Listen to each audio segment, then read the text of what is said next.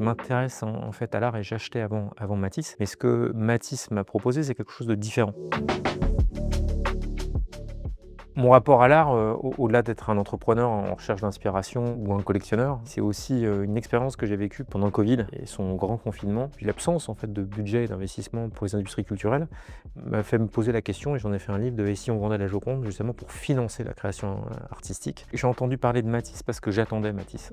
Il y a certaines choses que je faisais à titre personnel et d'autres que je ne pouvais pas faire avec mes moyens ou simplement mon accès en fait, au marché de l'art. Et puis j'ai rencontré, les fondateurs qui correspondaient exactement à l'idée que je me faisais en fait de ce que pouvait être un projet comme Matisse. Donc, un entrepreneur, un expert de l'art, une personne qui avait une expérience justement dans le domaine du placement, de la gestion de patrimoine. Et ce qui est intéressant au sein de Matisse et du club Matisse, c'est que l'apport en particulier d'Arnaud Dubois et des experts qui l'entourent, c'est qu'on a quand même à chaque fois une idée très précise de l'œuvre, de comment elle se positionne à la fois dans l'histoire de l'art, dans la vie et la production de l'artiste, et puis plus généralement dans le marché. Tous ces éléments sont des éléments qui sont vraiment précieux. J'insiste, au-delà de l'investissement, c'est l'occasion d'approfondir, c'est l'occasion de choisir en fait un artiste plutôt qu'un autre, une œuvre. Matisse m'a permis de réaliser 2 rêves, et donc Matisse a proposé en fait d'investir dans un bronze de François-Xavier Delanne, et donc j'étais vraiment ravi de pouvoir participer